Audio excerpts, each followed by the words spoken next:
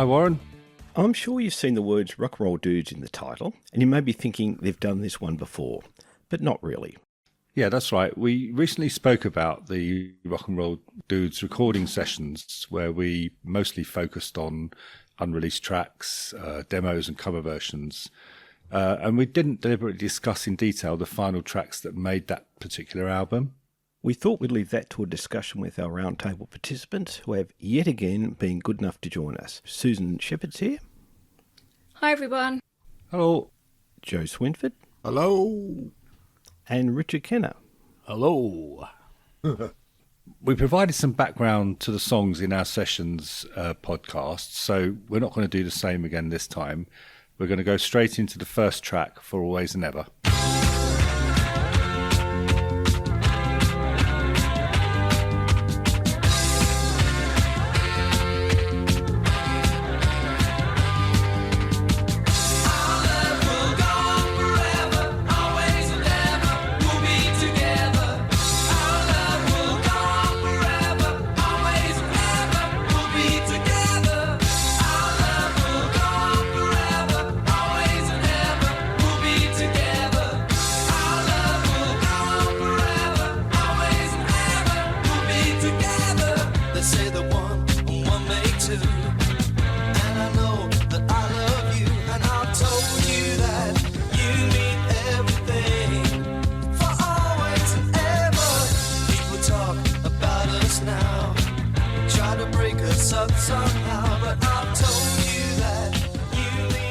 I'm sure you all know the format for these roundtables, and as we're creatures of habit, we'll be finishing our comments with a mark out of 10. Susan. Well, you all know what I think about For Always and Ever, don't you? Because it was one of my picks for the singles that didn't quite make it. And I had to pick another one because Joe picked my original choice. And I told Warren that I picked For Always Never because it was the one song I kept playing on repeat. And I've still done that this afternoon when I was listening to it again, over and over again. I just love this song. And from the get-go, I've got to say that the production on Rock and Roll Dudes is, even listening to it from my mobile phone speaker, is far improved on the Hey album. So this song, written by John Springate and John Russell, it's a sing-along, stompy, catchy song. It's got great guitars. It just sounds like the Glitter Band, perhaps more melodic Glitter Band, but it sounds like the Glitter Band. I don't know whether you've raised this with John, Andy, but we were wondering last time we talked about it whether the band actually liked the song as they didn't play it live. Those musically gifted. I don't think they don't like it. Yeah, I just wondered if they didn't, or whether it was difficult to play. I just wondered why it didn't ever get, or only once in a blue moon got played. It could be that. It's it's an absolutely great song. I love it. A rock and roll love song. Just brilliant. I'll give it a 9. Thank you. Joe. In preparation for this, I listened to the whole album really loud on headphones. To sort of echo what Susan said, the production on this album is brilliant. I like that. It's a good album opener. Pop glam stomper, as they used to say back in the day. And like I said, the production is top dollar, and I'll give it a 7. Richard. Yeah, echoing what has already been said. The production on the whole record is really, like we said, it's a lot improved. I think it's a lot better. There's a lot more.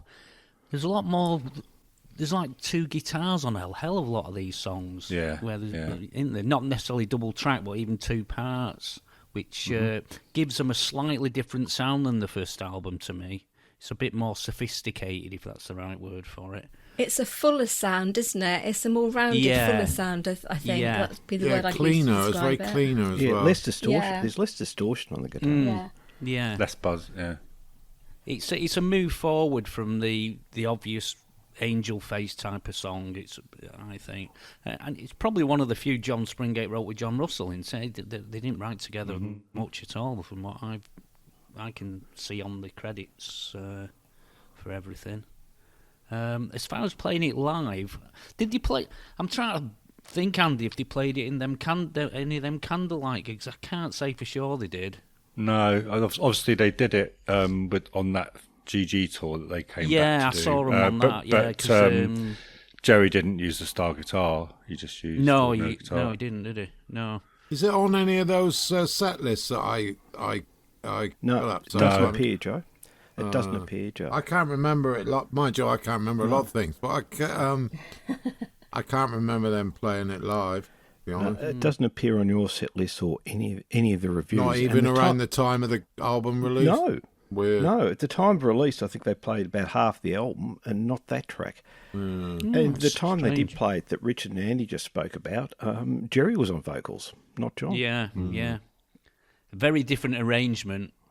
Yeah, Almost a From the different song. record. I mean, there was a lot of Brian Jones was there on sax, and there was a big sax solo on it, from what I remember on that version. Anyway, for me, I'll give it an 8. Yes, good song. Andy. Okay. Much the same comments from me, really. So I'm not going to add anything other than massive centering around the guitar sound. Jerry would have been perfecting that sound more and more. Pickup changes, amp changes. Changed all sorts of bits and pieces to make it sound a little bit sweeter, but still have that slight drone, distorted sound to it. So for me, there's the centre of songs like this, and that made a huge difference with the improvement in production and stuff. For me, always loved this song. It's a very top song of the Glitter Band for me. I'm going to give it a 10. Oh, Warren? wow. It's interesting how everyone's spoken about the production. What's clear is they spent more time. Like we spoke about an interview with John Rush, the first Springate. one. No, that's right, Joe. They were in Morgan Studios at the start of the year where they were getting tracks together. Then they've gone over to France to record the album. So they had more time. I think that's a big difference. Well, I don't think it's they had a obvious hell that of a they lot made of the most of it. I don't think they had a hell of a lot of time, though, by, late, when you get Oh, yeah. people taking months to record, did they? I don't yeah. think it was still quite a short period. It wasn't 3 months. I think you're probably talking about maybe 10 to 14 days as Yeah, opposed which to is sort of 4 or 5. Pretty short, which is really. still pretty quick. Yeah. Yeah. What's interesting is that most of Hey was cover versions, and I think For Always Never sounds like it could be a cover of a mid-60s pop song, but it's not. And that's the difference. Like the rest of the album, it's a band composition. Where with Hey, Mike Lander pushed his glitter production sound to its maximum, and we've spoken about the distorted guitar, etc. With Rock and Roll Dudes, he's pared it back. It's clear, as everyone else has said, that more time is spent on the album. I think one interesting thing is John Springate's vocal is quite different to other glitter band tracks. Is it in a different key or something like that? Well, I have played this song, obviously worked on it. I can't remember whether this is a song you have to tune to G. I really can't remember. I'd have to go and fiddle it. And if that's the case, then maybe that's why it hasn't been performed live. I don't think it is in G, but I'll perhaps go and check at some point. But it does sound a bit different. His voice is further forward in the mix too, isn't it, compared to the previous album? I mean, you can hear John singing the song. It's not. Well, the stereo spread's better, probably better console and better. everything available to them for the recording. Oh no. Well, the first album was recorded at Studio Ferber in France, and that was a state-of-the-art studio where they did Hey. But they've spent more time with this one. I think that's the main difference. Well, also doubling up on bouncing tracks and stuff like that. Yeah, they've spent more time on it. Yeah. Was a lot of the Hey album actually, because they used a lot of the stage act, was a lot of it actually played live in the studio? With overdubs, if you like. Yeah. I think. Yeah, there's Depending on availability of people and stuff. Yeah. Well, with Hey, they were all together, weren't they? I think. Pretty sure they were. Pretty much, I think. Yeah. They went to France. Is that Richard, right? there's Sorry. Go on, Joe. Is Go that on. right that Tony Leonard didn't play on this album at all? I was Pretty looking at much some the credit, case, yeah. and it didn't say his name at all. I don't, he played on very, very little, I think. Yeah, more of a live thing, yeah? Joe, there's one track on side 2 that I think it might be Tony playing on. But the person who'd know, actually, is when Andy and I spoke to John Springate. Do you remember this, Andy? John was mentioning how he could pick the tracks that Tony played on. Yeah. Weird. And there's one on side 2 I think that he might play on. So I have nothing more to say about this track. Apart from the fact the lyrics are a bit simple, but I think they suit the nature of the song. I give it a 9.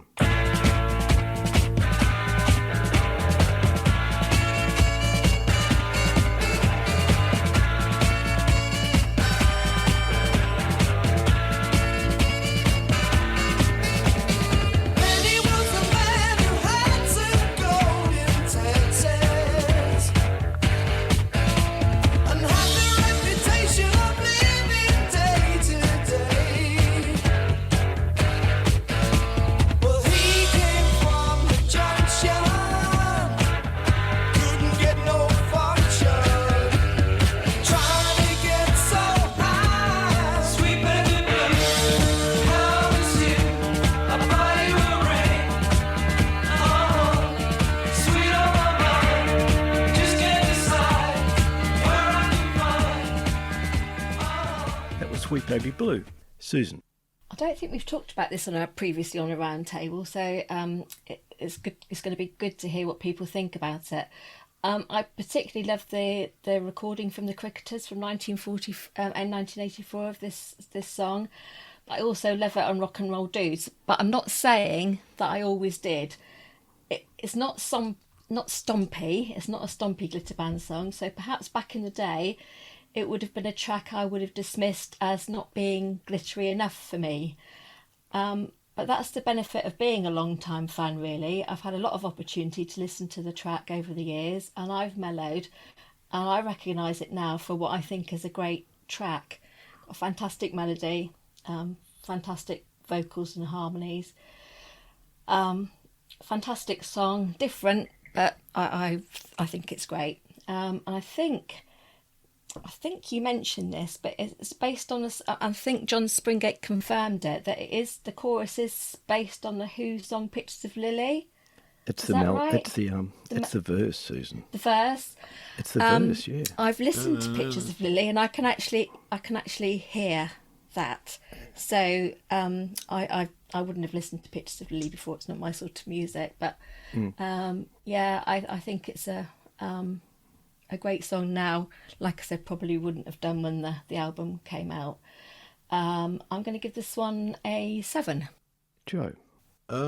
Similar to what I said earlier, I hadn't listened to the whole album as a thing since '75 when I bought it, and listening to this on headphones loud, and it struck me that I might be wrong here, but it's an attempt to sort of expand that glitter sound a bit to a bit more of a rocky sound, obviously with a Who influence and that. And it could easily, in my view, be a number of the more commercial 70s rock bands of that period. Yeah. And it was a surprise to me how great it sounded. And I'll give it a 7. Richard. Yeah, well, I don't think it's a secret. I would say this is probably my favourite track by the band ever. This one. Oh. It's not an obvious glitter band song, but I'm judging it as a song, and to me, it's just got really great hooks in it. It's good playing on it. Some lovely picking from Jerry in the chorus, and the guitar. One of the few guitar breaks that you'll get in one of their songs. There aren't many. Nice bit of sax. Production's good. Nice vocals from John, it's just got the right feel to it.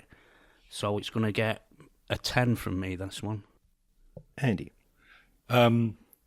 Yeah, listening to it in '75, it just endeared the whole album to me, the fact that there was a bit of variety.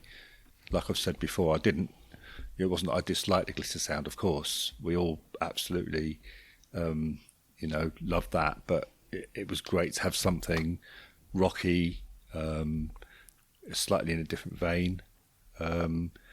Makes the band come across more eclectic, more versatile playing wise and stuff. And I think the big thing for me is that, you know, this was a staple in their set from about late 83, beginning of 84, and it was really well put across by the 4 band members live. And obviously if you've got Live at the Marquee album and stuff, you hear a great version of it there. Difficult to say whether I felt quite as good about it in the 75s as I do now, but it doesn't matter. For me, I can't have another 10. I would score it 9.5. Joe, you know how you mentioned that you think the song's sort of a rock song? Yeah. It sounds to me like it could be. I couldn't put my finger on which bands it's sort of like, maybe sort of a Nazareth type thing or something like that, you know? Yeah. It just sounded to me that they were trying to move away from that or just do something a bit different, you know? Show a bit more. Yeah. And now you say about that Pictures of Lily thing, I can totally see that. I know they were massive Who fans. Joe, I'll read from my notes. Apart from Paris Match's Almost American, is this the closest the Glitter Band came to producing a conventional rock song? Yeah. So there you go. Yeah. As we've all discussed, they performed it live that way. And the Raised on Radio cover version has a rock feel. I've got a question for you, Richard. Uh-huh. Your version with your... What was your guitarist's name, Richard? On that, it was Pete Halliwell. And then there was a guy who finished it off here in Spain just because we used it as it was a backing track for some of the live stuff we did. Okay, yeah. So there's a guy here just did the Jerry picking bit just to finish it off because that was played live when we did it as the duo. You know, we played it the other week, or the other month, I should say, on one of our podcasts. Mm-hmm. And it reminded me of Sweet FA, that guitar part. Oh, the way right, it was interpreted. Yeah. Though you Know what you mentioned it, I mean, yeah. get that, yeah. Mm-hmm. I think everything works in the song. I love Harvey's sax intro, and I think it's one track in the 80s which would have benefited from a bit of sax. And I think, have they played that song? Andy, you'll know this. Did they play that song live? And Richard, I think you'll know as well. When they played those gigs at Oldham, I think they played it live. And did Eddie Spence play the sax intro as well as keyboards, or is that wrong? I think he just played keyboards like they always did. But he didn't. He 'cause did play played sax though, didn't he, at the gig? Oh, he on did other play sax. tracks, yeah, mainly the glitter Yeah. numbers. Yeah. I've Did got they a do it? GG. I'll have a look. I've got a video of the old gig, so I'll check back and let you know on that one.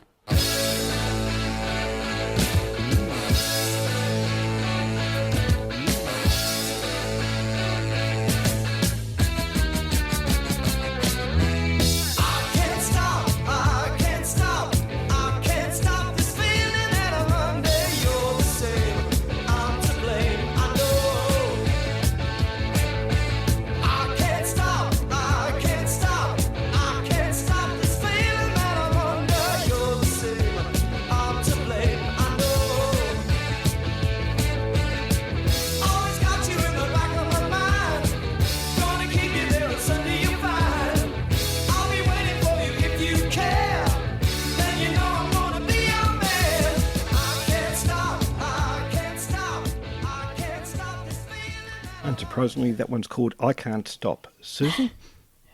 I think John Springate's described this as a brilliant set opener, and that's his maybe, but I'm afraid this track doesn't fill me with the joy that the previous 2 tracks have done. And I'm probably going to be shouted at for that. I'm disappointed, really, after the 3rd sax drone right at the start, and then it gets worse after da da da da da da da da da da da. I'm really sorry to say it, but maybe it's the continuous repeat of the words "I can't stop." It seems not to have much depth to the song. It's very short, only I think 1 minute 44 seconds. I think. So that's in its favour for me. Sorry. I kept expecting to hear the words "a little boogie woogie" when they said, in the back of my mind. So It seems to me to be a filler track, so I'm really sorry, Springy. Once again, it's catchy, it has rhythm, it's poppy, but I can't get into this one. Only a 5, I'm afraid. Joe? Pretty much thumbs up. Same way I feel about it, really. I always thought it was a bit of a sort of meat and potatoes groover. You know, it's okay, but it's not going to set the world alight. I like the break at the end, and there's nothing wrong with that. And it's a 5 from me. Richard? Well, I kind of like it. It's short and to the point sort of song. Good interaction between the guitar and sax. I like it. Melodic bass runs from John. It's a basic song and it's very short, but it does what, you know, it's short because it said all it needs to say in that time. But I like it. I'm a bit biased in a way because it works really well live. So Oh, yeah. whether it was wrote with that in mind, I don't know. But I'm going to give it an 8. I quite enjoy it. Andy? Yeah, I like it as well. I mean, I wouldn't put it on the same level as For Always Never. It does work very well live. Dare I say it's proto-punk, maybe, almost. You know, it's a simple go for it song. More new wavy. Yeah.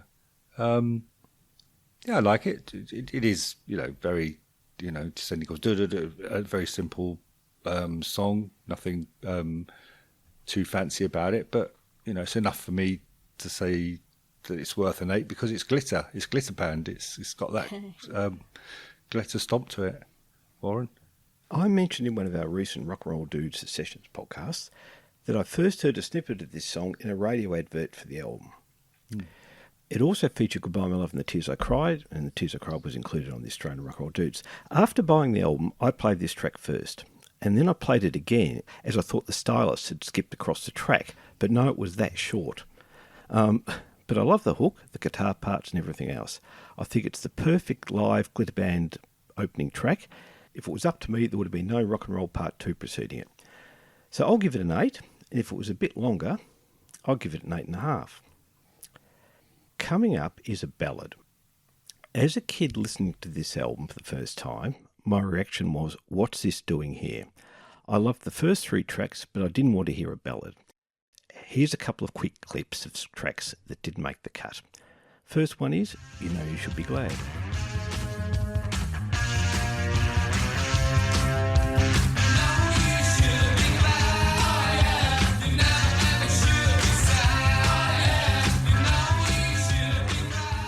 And Why Not Me, Why Not You?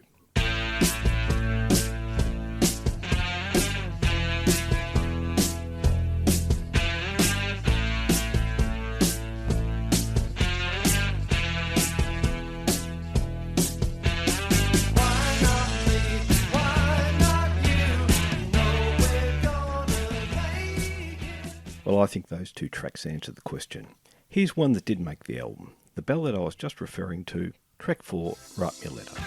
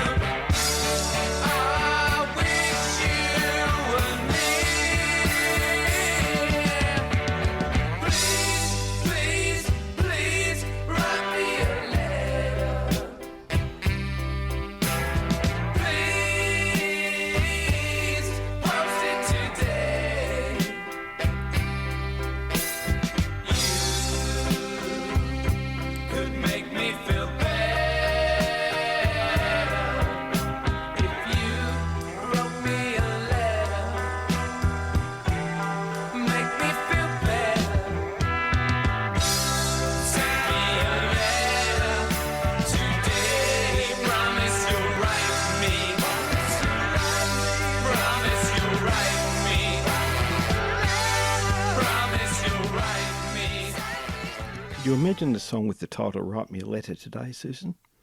Well, I've actually written on my Please notes. send me Would an you write me an email or send me a message, send me a text? It wouldn't have quite the same reaction, would it? It wouldn't quite get the same reaction.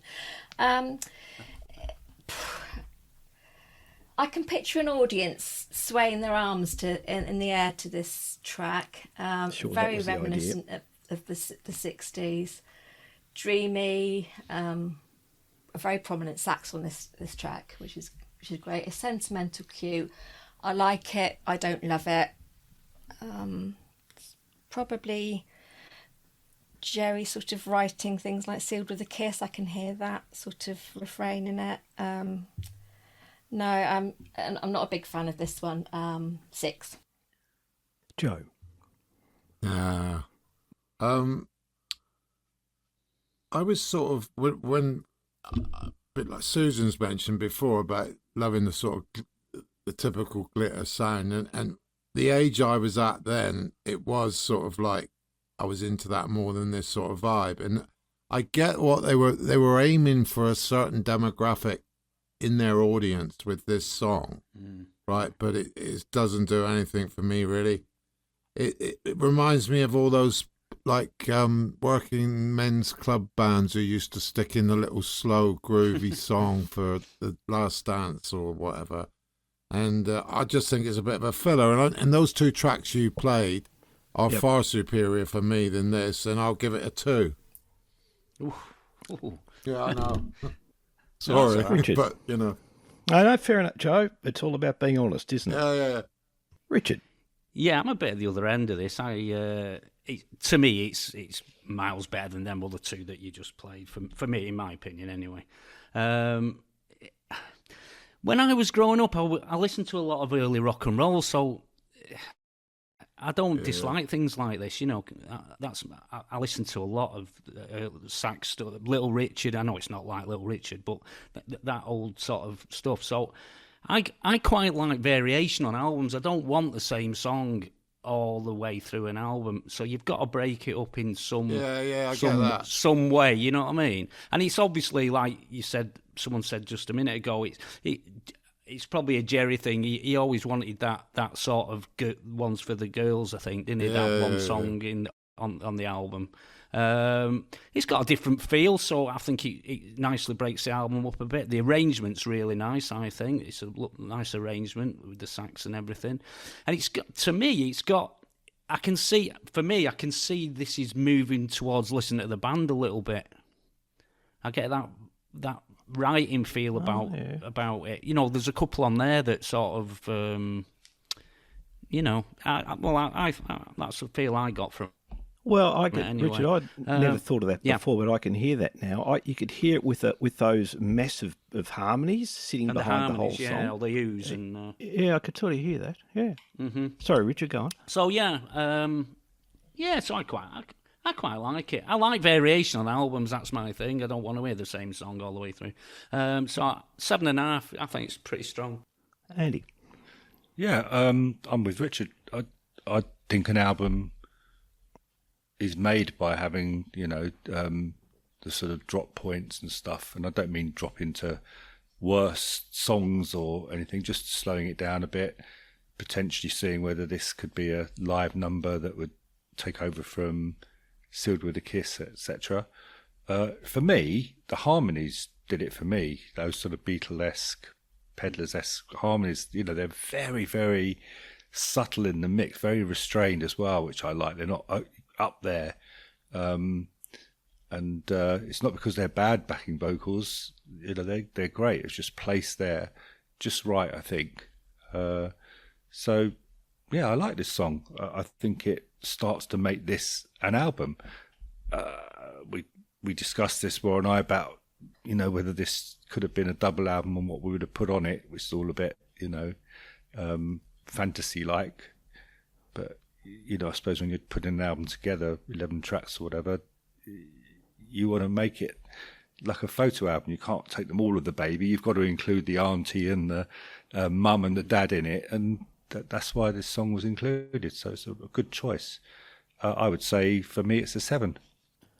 A few months before the album was released, John Springate spoke to a music paper while in Morgan Studios, North London, where the Glitter Band was sorting out tracks to take to Paris to record the album, John emphasised they had many originals to choose from, but also said they may include a few rock and roll numbers. I reckon if Jerry and Pete didn't come up with this song, Mike may have pushed for a cover version type ballad in its place. But I'm glad they did. I don't think there's anything outstanding about the song, but if someone had told me this was a cover version of a late 50s, early 60s hit, I wouldn't have bleaked. Yep. I think it serves its purpose well, which is, I think, is what most of us have said. I think it's disappointing they only performed it in concert a few times, but I guess, yeah, as I think, Andy, I think we discussed in one of the other podcasts that playing a new ballad in 1975 would have been a challenge with the audience. Because you can have an up-tempo song that people don't know, that they start stomping their feet and dancing to, but a ballad's a little more difficult. I'll give it a 7.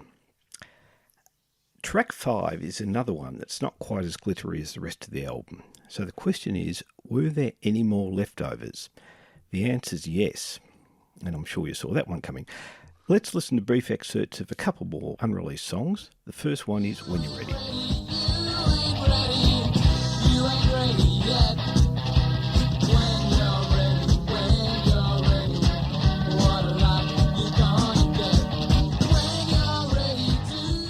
I think you'll guess the title of this one.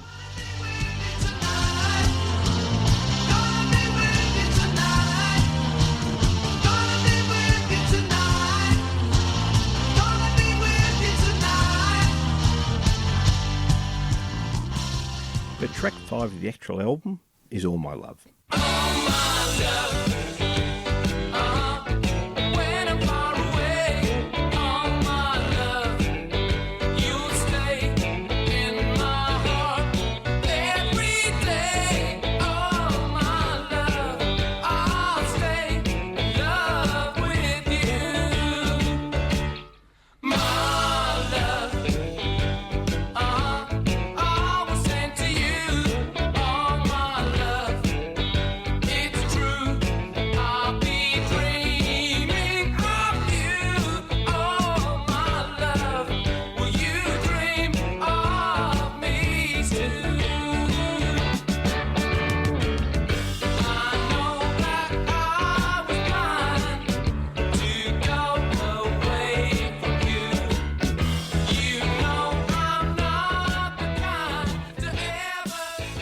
Susan.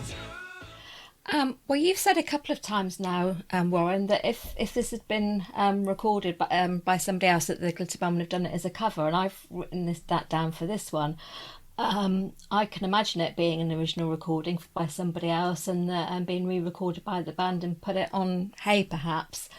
I can hear loads of different styles in this one, in my ears anyway. There's a bit of country, a bit of glam rock, a bit of 50s Elvis, maybe a bit of honky tonk is there in there.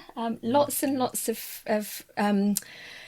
riffs that we've heard before, the diddle-a-doo, lots of that in there.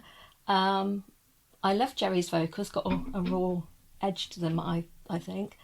It's catchy, it's smooth. I think it's moving away from the stompy glam rock Glitter Band sound, but I can't imagine many fans being disappointed in this band's progression away from that. It's different, it's different, and I really like it, and it's a 9 from me. Well, Joe. My least favourite track from the record, really. I've got there's 4 or 5 songs on here that are just fantastic, but this isn't one of them. This is just my opinion, and like I say, I went back and listened to the album loud on headphones on Friday, and did all these notes down, and I see we're at the fag end of glam now. It's 75, and then you got that punk was just around the corner, and I just don't think it's not for me, and I'll give it 1. Joe, what did you think of the 2 excerpts that we played just before? They were okay. But I think out of those 4 songs that you played, You Should Be Glad is the best one, I think. But I'm all for albums, light and shade. but Yeah. I just think there's. This is my personal view that there is better songs than the ones that I'm not keen on. But that's just my view, you know. Like I got loads of albums that are like light and shake up and down, you know. But I'm just being. That's me, really. So there you go, and it's a 1. Richard. Yeah, it's not the best song on the album, obviously, but I quite like it. Again, it's a bit different. It shakes it up a bit. Quite a funky sort of arrangement. I like the piano in it. I think Susan said honky tonk. Yeah, it's got that little feel to it, hasn't it? Honky tonk sort of thing. Good vocal from Jerry. I'll give it a 7. I quite enjoy it. I mean, I like the whole album. I think it holds together as an album, the whole thing. You know, that's what I like. I listen to this album more than any of the albums. So, yeah, I think it's all right. 7. Andy. Well, you know me. I'm going to use that word ditty again. I like my pop ditties. I think it's sort of, you know, it's folky, 60s stuff. In rhythm, Kenny rhythm, bit of that honky tonk piano and stuff. A couple of the Basic Roller songs, similar vein. Yeah, Martin Racy as well. Racy. Yeah, Martin and Coulter, Racy. Martin and Coulter used that a lot, didn't they? He did, yeah. Oh, they did rather. Yeah, I like it. It's fresh. It's bouncy. So I think it fits the album really well. I'd give it a 7. I think it's just a really good performance. Yeah, but it's it's melody again, isn't it? You know, the Yeah, melodies. I think the melody's fine, but I don't think it's particularly original. No, but it is melodic. It's not necessarily original. I mean, you could say that about virtually all songs. They're not original. Yeah, but this song, I think, and Write Me a Letter, you can hear the influences on those tracks a bit more than some of the other ones. Of course, yeah. The only criticism I'd make is that the song seems to run out of steam a little bit towards the end. But it appears that someone, probably Mike Leander, has introduced a couple of musical tricks to help it along. You know those last 30 seconds where it starts repeating itself a bit? I think that's probably Mike, because it's a pretty short song. I think it only goes for about 2 minutes and 30 seconds. I'll give it a 7.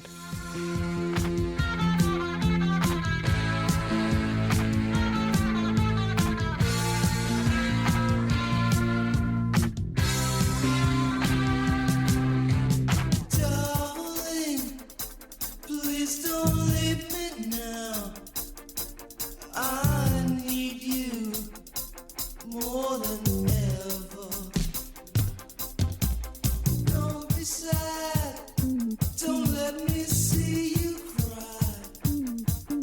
I'll love you forever. Think of me when you are far away.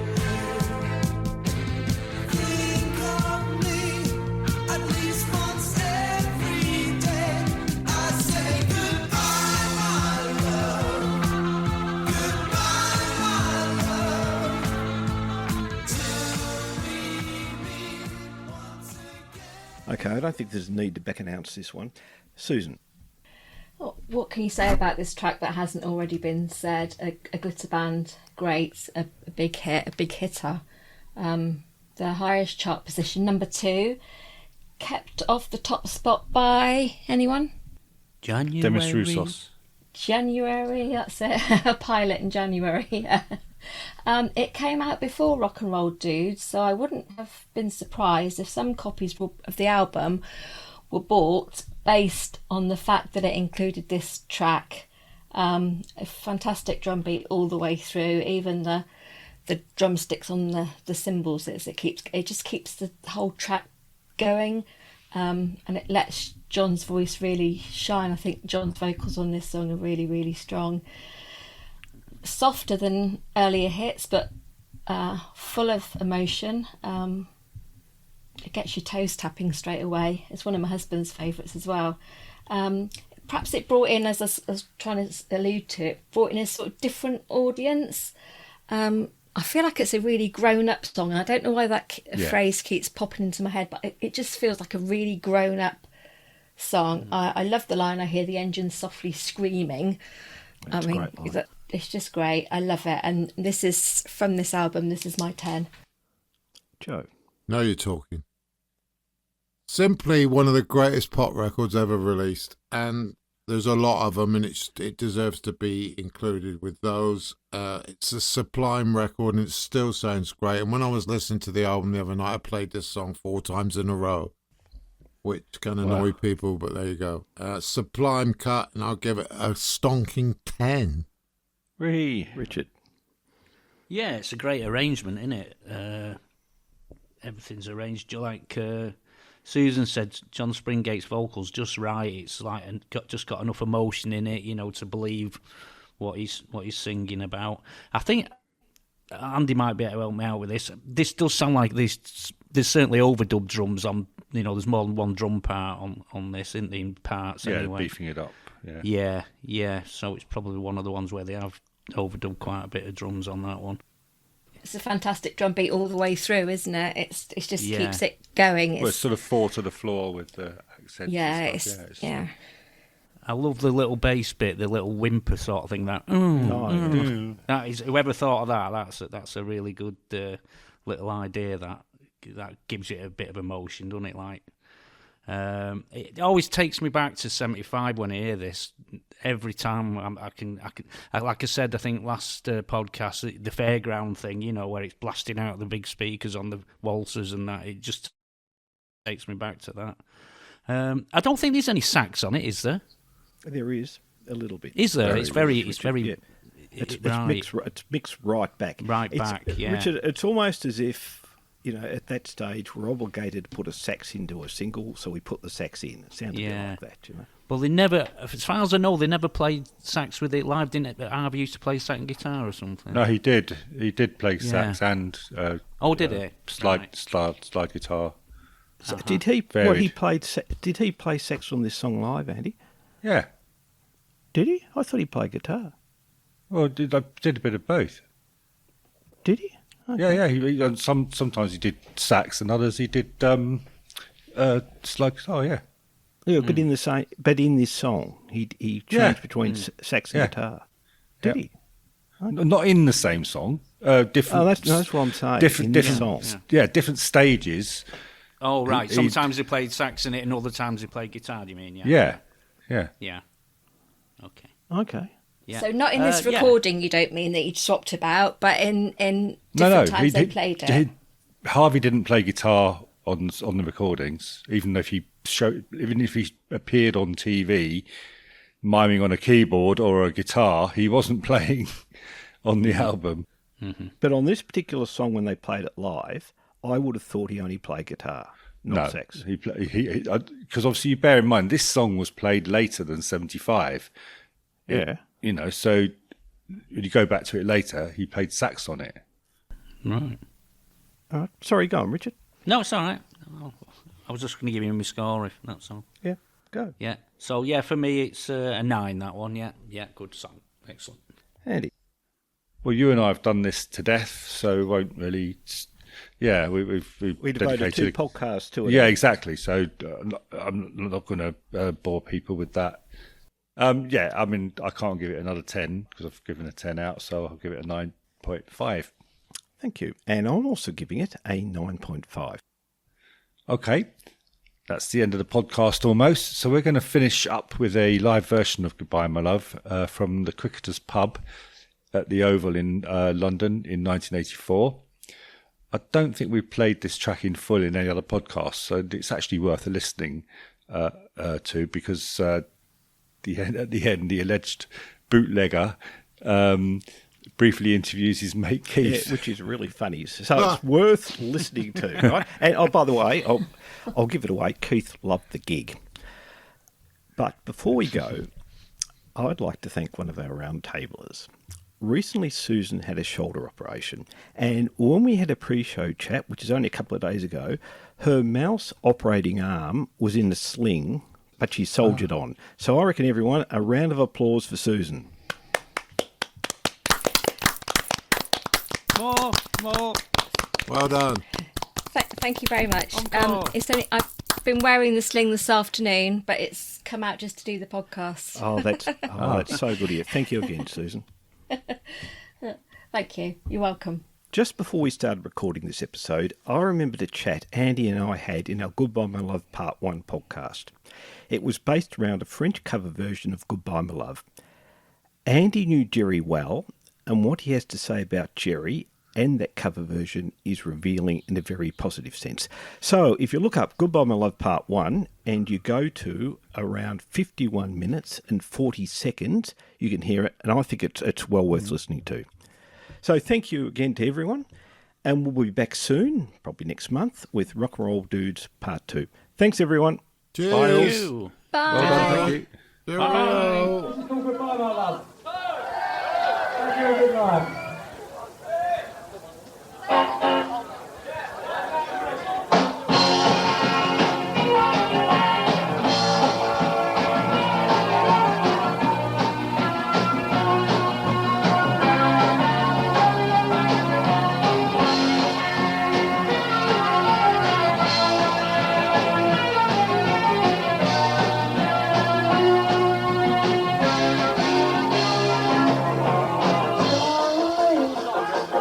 It's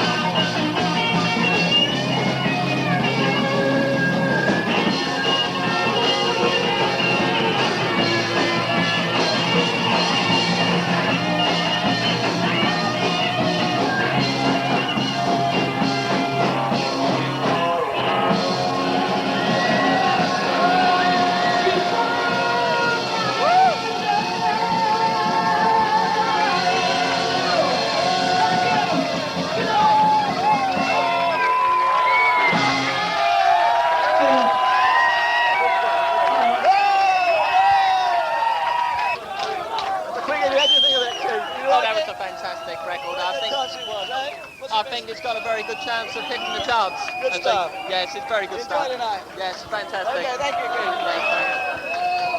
What a good concert this was here at the Cricketers here in Oldham.